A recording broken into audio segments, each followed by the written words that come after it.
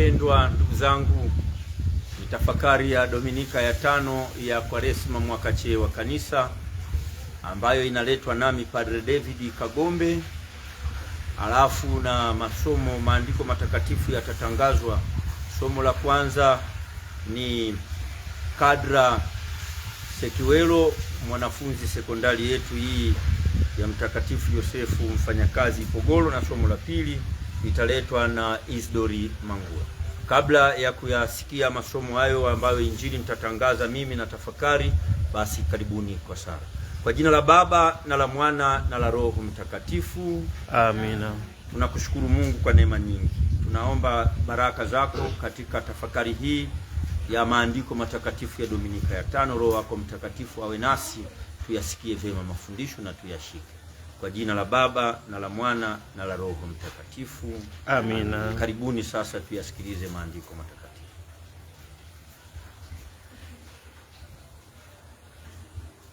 Somo katika kitabu cha Nabii Isaya.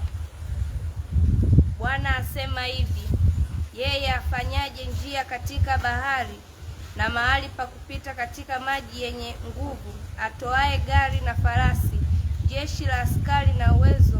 Wamelala hawataondoka, wametoweka, wamezimwa mfano wa utambi.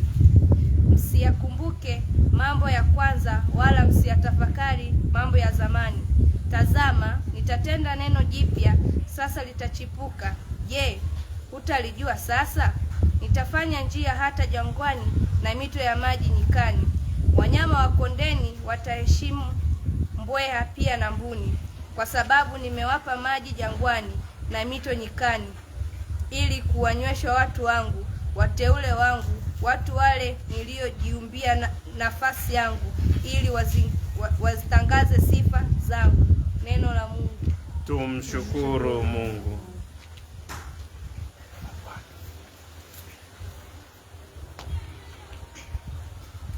Somo la waraka wa Mtume Paulo kwa Filipi.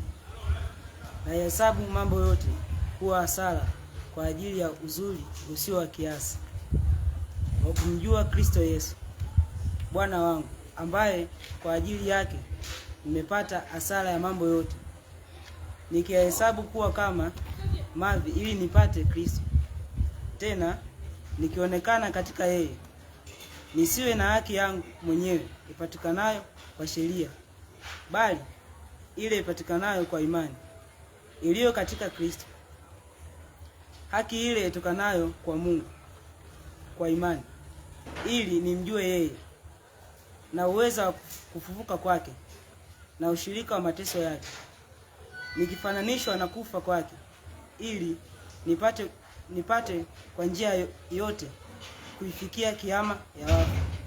Si kwamba nimekwisha kufika au nimekwisha kuwa mkamilifu, la, bali nakaza mwendo ili nipate kulishika lile ambalo kwa ajili yake nimekwisha shikwa na Yesu Kristo. Ndugu, sijidhani nafasi yangu kuwa nimekwisha kushika, ila natenda neno moja tu, nikasahau yaliyo nyuma, nikishachuchumilia yaliyo mbele, nakaza mwendo niifikirie mede ya thawabu ya wito mkuu wa Mungu katika Kristo Yesu. Hili ndiyo neno la Mungu. Bwana awe nanyi.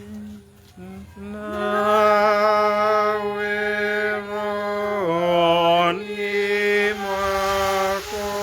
Somo la Injili takatifu ilivyoandikwa na Yohane. Utukufu kwako, e Bwana. Yesu akaenda mpaka mlima wa Mizeituni. Hata asubuhi kulipokucha, akaingia tena hekaluni, na watu wote wakamwendea, naye akaketi akawa akiwafundisha. Waandishi na Mafarisayo wakamletea mwanamke aliyetufumaniwa katika uzinzi, wakamweka katikati. wakamwambia, Mwalimu, mwanamke huyu amefumaniwa alipokuwa akizini. Basi katika Torati Musa alituamuru kuwapiga kwa mawe wanawake kama wa namna hii, nawe wasemaje? Nao wakasema neno hilo wakimjaribu ili wapate sababu ya kumshitaki.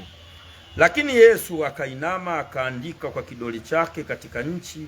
Nao walipozidi kumuhoji, alijiinua akawaambia, yeye asiye na dhambi miongoni mwenu na awe wa kwanza wa kumtupia jiwe. Akainama tena akaandika kwa kidole chake katika nchi. Nao waliposikia wakashitakiwa na dhamiri zao, wakatoka mmoja mmoja, wakianzia tangu wazee hata wa mwisho wao. Akabaki Yesu peke yake na yule mwanamke amesimama katikati. Yesu akajiinua asimuone mtu ila yule mwanamke. Akamwambia mwanamke, wako wapi wale washitaki wako? Hakuna aliyekuhukumu kuwa na hatia? Akamwambia, hakuna Bwana. Yesu akamwambia, wala mimi sikuhukumu. Enenda zako, wala usitende dhambi tena. Neno la Bwana. Sifa kwako, e Kristo. Wapendwa ndugu zangu, tafakari ya neno la Mungu, Dominika ya 5 ya kipindi cha Kwaresma mwaka C wa Kanisa, mwaka C wa kiliturujia, siku ya 33 ya kujitakatifuza. Kadiri ya utamaduni wa mapokeo ya Kanisa, kuanzia Dominika hii misalaba inafunikwa mpaka Ijumaa Kuu wakati wa kuadhimisha mateso ya Kristo, na sanamu hizo zinafunikwa mpaka wakati wa maadhimisho ya Vigilia ya Pasaka, ndio mkesha. Zimebaki siku 7 tuingie Juma Kuu linalofunguliwa na Dominika ya Matawi. Tukiwa tuko ukingoni mwa kipindi hiki cha Kwaresma, vyema kujitafakari na kujiuliza, je, ile dhambi tunayoipenda kuliko zote tumeziacha au tumeiacha? Tendo gani la huruma tumetenda tangu Kwaresma ianze? Ni nini tulichojinyima kwa ajili ya wahitaji tangu Kwaresma ianze? Tunamkumbuka Baba Mtakatifu Francisco anayekazia kwa namna ya pekee amri ya upendo inayowawezesha waamini kujivika moyo wa rehema, utu wema, unyenyekevu, upole na uvumilivu, kwa kujikita zaidi na zaidi katika fadhila ya msamaha na huruma.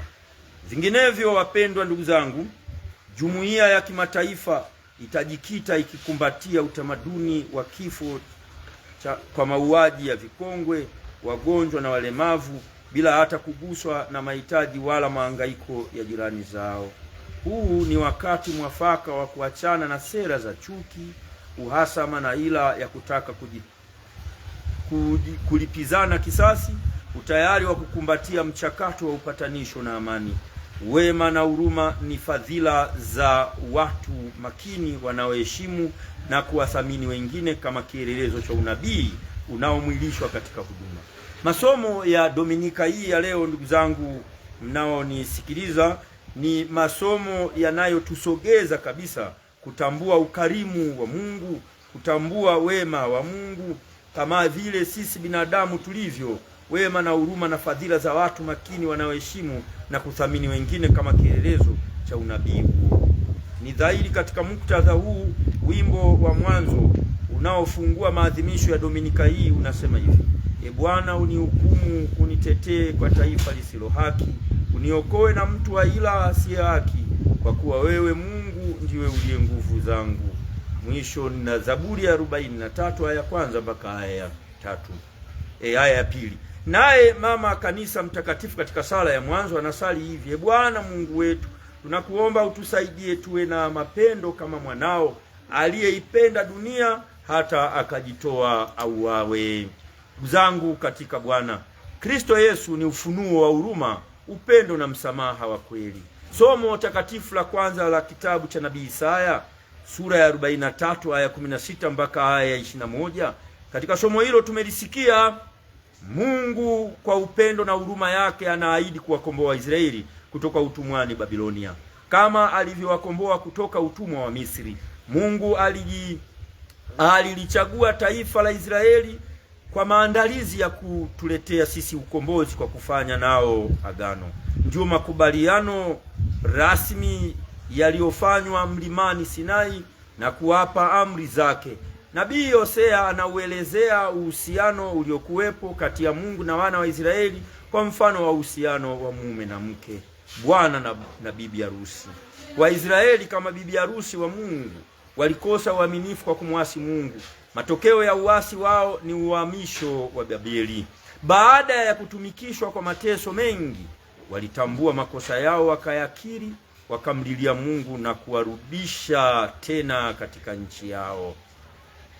Tukio hilo, walipomlilia Mungu wakaomba msamaha, naye akawasamehe na kuwaahidia ukombozi mpya na kuwarudisha katika maeneo hayo walioyaishi. Mungu anaahidi kuwafanyia makuu haya kwa mkono wake wenye nguvu na uwezo, kama alivyowakomboa kutoka utumwani Misri. Ni katika muktadha huo, wapendwa ndugu zangu, mzaburi katika wimbo wa katikati anaelezea makuu ambayo Mungu aliwatendea watu wake, akisema, Bwana alipowarejeza mateka wa Sayuni, tulikuwa kama waliota ndoto. Ndipo kinywa chetu kilipojaa kicheko na ulimi wetu kelele za furaha. Ndipo waliposema katika mataifa, Bwana amewatendea mambo makuu, Bwana alitutendea mambo makuu, tulikuwa tukifurahi. Bwana uwarejeze watu wetu waliofungwa kama vijito vya kusini. Wapendwa, wapandao kwa machozi watavuna kwa kelele za furaha. Ingawa mtu anakwenda zake akilia, azichukuapo mbegu za kupanda, hakika atarudi kwa kelele za furaha achukuapo miganda yake. Zaburi ya 126. Nasi wapendwa, tukikumbuka makosa na dhambi zetu, tukatubu, tukamlilia Mungu na kuomba msamaha, hakika atatusamehe na kutufanya tufurahi tena kwa siku zijazo. Somo la pili, ndugu zangu, linatuleta kutafakari, nenda usitende dhambi tena. Waraka wa pili Paulo aliandika kwa Wafilipi, sura tuliyoisikia ya 3 ya 8 mpaka ya 14. Paulo mtume anatufundisha kuwa tukiwa na imani juu ya nguvu ya mateso, kifo na ufufuko wa Bwana wetu Yesu Kristo, tutayaona mambo ya dunia hii si kitu, ni ya kupita tu. Hivyo tutafuata na kufafanua vema mioyo yetu kwa makini na kwa makuu ya Mungu ambayo Mwenyezi yeye mwenyewe alitutendea na anatutendea kwa njia ya Kristo, na kuwa tayari kuacha dhambi na kukazana kutenda mema na kukuza mwenendo, ili tulipate tuzo la uzima wa milele mbinguni. Na hivyo vinaunganishwa na Injili takatifu tuliyoisikia. Sehemu ya Injili Yohane sura 8 aya ya 1 mpaka 11 inahusu simulizi la mwanamke aliyefumaniwa katika dhambi ya uzinzi, akisubiri hukumu na adhabu ya kupigwa mawe mpaka kufa, kama sheria ya Musa ilivyosema. Na mtu azinie na mke wa mtu mwingine, naamu yeye azinie na mke wa jirani yake, mtu mume azinie na mwanamke azinie, hakika watauawa. Mwisho wa kunukuu. Kitabu cha Mambo ya Walawi sura ya 20 aya ya 10 na kitabu cha Kumbukumbu la Torati sura ya 22 aya ya 22. Wapendwa ndugu zangu mnaonisikiliza, Dominika ni ya 5, tafakari neno la Mungu. Dhambi hii ya uzinzi katika Agano la Kale ilichukuliwa kuwa ni dhambi mbaya sana, hasa na hata kufananishwa na dhambi ya kuabudu miungu mingine, dhambi ya Israeli kukosa uaminifu kwa Mungu wa kweli. Mungu alimwambia hivi nabii Hosea, nukuu, nenda ukampende tena mwanamke anayependwa na mume mwingine na ambaye ni mzinzi. Mpende kama mimi ninavyompenda Israeli, ingawa yeye ameigeukia miungu mingine. Mwisho wa kunukuu. Kitabu cha nabii Hosea sura ya 3 aya ya 1. Hivyo ndugu zangu, tukipenda dhambi tunakosa uaminifu kwa Mungu, tunafananishwa na mwanamke mzinzi. Wanawake wangepaswa sana waheshimiwe na kuthaminiwa utu wao na haki zao msingi. Somo hili linamheshimisha katika mafundisho mengi sana. Kwanza kabisa, linatuonesha chuki ya mafarakano kwa wadhambi kwa Yesu na kwa mafundisho yake. Hivyo asubuhi na mapema wanamleta mwanamke aliyefumaniwa mbele yake hekaluni wakati ameenda kusali na kuwalisha watu neno la Mungu, ili wamjaribu kwa ila wapate neno la kumshtaki apate kuuawa. Ndugu zangu, iko hivi katika kipindi cha Wayahudi. Walikuwa chini ya utawala wa Kiroma au wa Kirumi na hawakuruhusiwa kutoa adhabu yoyote ya kifo. Hivyo Yesu angesema watekeleze sheria ya Musa, wampige huyu mwanamke kwa mawe mpaka kufa, yeye mwenyewe angekuwa na hatia ya kuuawa kadiri ya sheria ya serikali ya Kirumi. Lakini pia angejipinga na mafundisho yake juu ya huruma, upendo na kutokuwa hukumu wengine. Na angesema wasimuue, angepingana na sheria ya Musa, na yeyote aliyepingana na sheria ya Musa alistahili adhabu ya kifo. Yesu kwa kufichua nia yao ovu anawaambia kuwa yule asiye na dhambi awe wa kwanza wa kumtupia jiwe. Simulizi linasema kuwa kimya kimya waliondoka mmoja mmoja, wakitanguliwa na wazee hata na wa mwisho wao. Yesu aliwaambia na akamwambia huyu mwanamke, wala mimi sikuhukumu, nenda zako usitende dhambi tena. Ndugu zangu, hii haina maana kuwa Yesu hakuichukia dhambi, bali anawahurumia wakosefu ili wapate nafasi ya kutubu na kuziacha dhambi zao. Jamii, ndugu zangu, kama nilivyosema kwamba wanawake wapaswe sana kuheshimiwa katika nyakati nyingi, utu na haki zao msingi, lakini jamii inapaswa kuondokana na mfumo dume dhidi ya wanawake. Fundisho la pili, ndugu zangu, ni hili: mbele za Mungu hakuna binadamu asiye na dhambi. Ndiyo maana wote waliondoka na hakuna aliyethubutu kuwa wa kwanza kumtupia jiwe mwanamke mdhambi. Mungu haadhibu mara, bali anampa kila mtu nafasi ya kubadili mwenendo wake na kurudi katika njia ya kweli na ya haki. Mwanadamu mdhambi anaendelea kuishi kwa huruma na upendo wa Mungu na sio kwa mastahili yake. Mungu anaendelea kutupa nafasi ya kuishi hata kama tu wa dhambi, ili tutubu, tubadilike na kuomba msamaha, naye daima anamsamehe kila anayekiri na kutubu makosa yake. Tunaalikwa ndugu zangu kufanya toba, tusamehewe na tusirudie kutenda dhambi tena kwa neema ya Mungu. Tuweke nia thabiti ya kuanza maisha mapya, maisha yanayompendeza Mungu. Lakini zaidi sana niseme, tusiwahukumu wengine kwa dhambi zao, bali tuwasaidie kuachana na mazoea ya kutenda dhambi. Fundisho la tatu ni hili: binadamu hana mamlaka ya kumhukumu mwingine kwa adhabu ya kifo, maana uhai wa mwanadamu ni mali ya Mungu. Uhai ni zawadi na tunu pekee ambayo Mungu ametupatia sisi wanadamu. Hivyo ni jukumu letu kuupokea, kuutunza na kuulinda. Thamani ya maisha yetu mbele ya Mungu ni kubwa mno, kwa kuwa tumeumbwa kwa sura na mfano wake. Kristo mwenyewe anadhihirisha dhana hii na thamani ya maisha ya mwanadamu mbele ya Mafarisayo na waandishi, kwa kuwafanya watambue dhambi zao badala ya kutoa hukumu ya kifo kwa mwanamke mdhambi, tena kwa kumpiga mawe kuwa ni ukatili na uovu dhidi ya uhai. Mwisho, wanawake wajengewe uwezo wa kiuchumi ili kuboresha maisha yao. Ndugu zangu, tutambue kuwa thamani ya uhai wa mwanadamu haifananishwi na chochote na iko mikononi mwa Mungu. Tuwaoneshe huruma waliokata tamaa na kuamua kuishi katika dhambi. Tuatie moyo kuwa Mungu ni mwenye huruma, yupo tayari kuwasamehe wakimwendea kwa moyo wa toba na majuto. Ni katika tumaini hili Mama Kanisa mtakatifu sana katika sala ya kuombea dhabihu na sali mtakavyosikia katika maadhimisho: Ee Mungu Mwenyezi, utusikilize sisi watumishi wako uliotujalia kujua dini ya Kikristo. Ututakase kwa nguvu ya sadaka hii. Mwisho wa kunukuu. Basi tuyachuchumalie mambo ya mbinguni, tuyasahau ya nyuma na tuyahesabu kuwa si kitu. Tukaze mwendo katika kuishi maisha ya kitakatifu, huku tukiitumainia huruma na neema ya Mungu, ili tubaki kuwa waaminifu katika kuziishi amri zake kwa ajili ya sifa na utukufu wake, nasi tutakatifuzwe tuweze kusherehekea vyema sikukuu ya Pasaka kwa furaha na amani, tukiwa tumeunganika na Kristo aliyefufuka, Kristo mfufuka, kama anavyosali Mama Kanisa Mtakatifu katika sala baada ya komunyo akisema: Mungu Mwenyezi, tunakuomba tuwe tumeungana naye daima, yeye ambaye tunashiriki mwili na damu yake mwisho wa kumkuu. Na hili ndilo tumaini tulilonalo. Basi nifike mwisho wa tafakari yetu, nani mimi niwatakie kuwa na Dominika njema na maendeleo mema kuelekea Pasaka ya Bwana. Mwisho wa tafakari, mpate baraka.